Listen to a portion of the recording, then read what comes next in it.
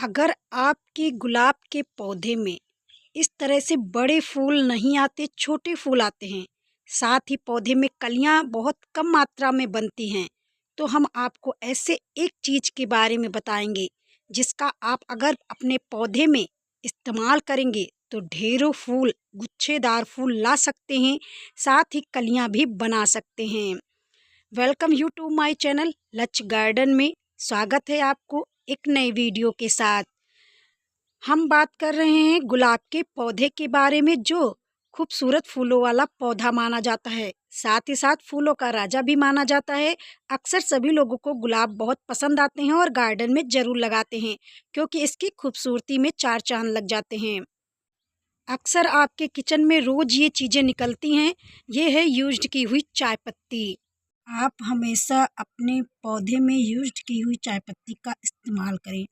गुलाब के पौधे में ख़ास तौर पर फूल अगर छोटे आते हैं, बड़े नहीं आते, साथ ही साथ फूलों में कलियां नहीं बनती, गुच्छेदार फूल नहीं आते, तो आप यूज्ड की हुई चाय पत्ती इस्तेमाल कर सकते हैं, क्योंकि इसमें नाइट्रोजन अच्छी मात्रा में पाया जाता है, जो फूलों की संख्या लाने में बहुत मदद करता है। अगर कलियां नहीं बनती तो कलियां बनाने में बहुत मदद करता है। पहली बात तो ये है कि हमने यूज की हुई चाय पत्ती का इस्तेमाल किया। दूसरी बात ये होती है कि हम पौधे में कीड़े मकोड़े भी ना लगने दें, क्योंकि कीड़े मकोड़े की वजह से भी फूल नहीं आते, फूलों के रस चूस लेते हैं, कलियां बनने नहीं देते, पौधे की ग्रोथ रुक जाती है।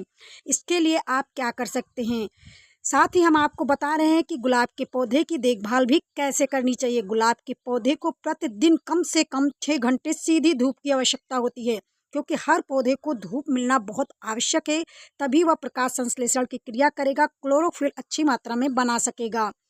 दूसरी बात होती है मिट्टी। गुलाब के पौधे के लिए अच्छी तरह से मिट्टी में जल निकासी होना बहुत ज़रूरी है। अगर आपके पौधे में पानी भरा रह जाएगा, तब पौधे की जड़ों में गलन की समस्या आ जाएगी और गुलाब का पौधा जो है धीरे धीरे खराब हो जाएगा। ध्यान रखें, मिट्टी को नम रखें, लेकिन ज़्यादा जल भराव ना दें। खाद की बात करें तो आप यूज्ड की हुई चाय पत्ती हमेशा इस्तेमाल करें। यूज्ड की हुई चाय पत्ती से फूल जो होते हैं बड़े आते हैं, कलियां बनना स्टार्ट कर देते हैं। साथ ही आप जैविक खाद जैसे गोबर की खाद, सरसों की खली का भी उपयोग जरूर करें। कीटों से बचाने के लिए हम आपको ऐसी घरेलू उपाय बता रहे हैं जो आप अपनाएंगे तो आपके पौधे में कभी भी कीड़े मकोड़े नहीं लगेंगे। गुलाब के पौधे को नियमित रूप से छांटें, ताकि वह स्वस्थ और अधिक फूल दे सके, नई नई शाखाएं निकल सके।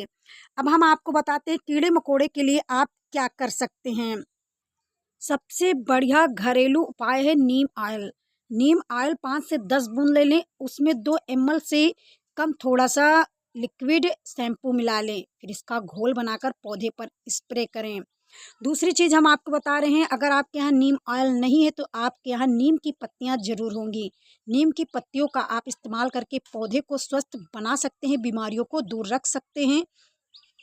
ये है ताज़ी नीम हरी की पत्तियाँ। हमने 250 ग्राम नीम की पत्तियों को लिया है, इसे अच्छी तरह से धो लेंगे। साथ ही हम आपको बता रहे हैं कि इसका प्रयोग आप कब कब कर भी सकते हैं। जब भी आप पौधा लगाएं तो आप सूखी हुई नीम की पत्तियों को मिट्टी में मिला सकते हैं, क्योंकि जब आप नीम की पत्तियों को मिट्टी में मिलाते हैं तो मिट्टी में दीमक नहीं लगता, पौधे में दीमक नहीं लगता, जिसके कारण पौधे हरे भरे स्वस्थ बने रहते हैं। और यह फर्टिलाइज़र बहुत ठंडक होता है। गर्मियों में इसके खाद देने से पौधे को ठंडक मिलती है, राहत मिलती है। हमने यहाँ पर 250 ग्राम ताज़ी हरी पत्तियाँ लिया है और 1.5 लीटर पानी में इसे अच्छी तरह से उबाल लिया है, जब तक पत्तियों का रंग बदल न जाए। अब हम बात कर लेते हैं इसमें पाया क्या जाता है। नीम की पत्तियों में एंटीबैक्टीरियल और एंटी फंगल के गुण पाए जाते हैं, जो पौधे को कीड़े मकोड़े से बचाते हैं, साथ ही साथ पौधे को ठंडक रखते हैं। तपती गर्मी में ठंडक का काम भी करते हैं और पौधा सूखता नहीं, मरता नहीं। हम इसे छान लिए हैं, छानने के बाद कम से कम इसका 10 गुना भाग पानी ले लेंगे। जैसे हमने उबाला तो 1 लीटर पानी बचा, तो हम कम से कम 10 गुना भाग पानी मिला लेंगे। मिलाने के बाद हम जिस भी प्लांट में हमें आवश्यक है उसमें हम इसका इस्तेमाल करेंगे। हम तो यहाँ पर गुलाब के पौधे में इस्तेमाल कर रहे हैं, आप चाहे तो सारे प्लांट में इसका उपयोग कर सकते हैं। सारे प्लांटों में अच्छी तरह से काम करता है। नीम का लिक्विड इस्तेमाल कर रहे हैं तो कुछ सावधानियों का भी ध्यान में रखना जरूरी है। नीम की पत्तियों का उपयोग करते समय उसकी मात्रा को ध्यान जरूर रखें। ज़्यादा मात्रा में उपयोग करने से पौधे को नुकसान हो सकता है।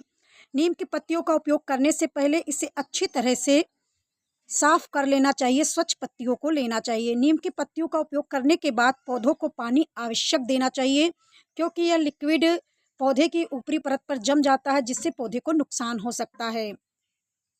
नीम की पत्तियों का उपयोग पौधे के लिए एक प्राकृतिक उपचार माना जाता है, जो कीटनाशक का काम करता है। इससे फर्टिलाइज़र भी बना सकते हैं। साथ ही साथ पेस्टिसाइड और फफूंदनाशक के रूप में भी उपयोग करते हैं। पौधों को स्वस्थ और मजबूत भी बनाते हैं। चलिए अब हम बात करते हैं गुलाब के पौधे में यूज की हुई चाय पत्ती का इस्तेमाल कैसे करें।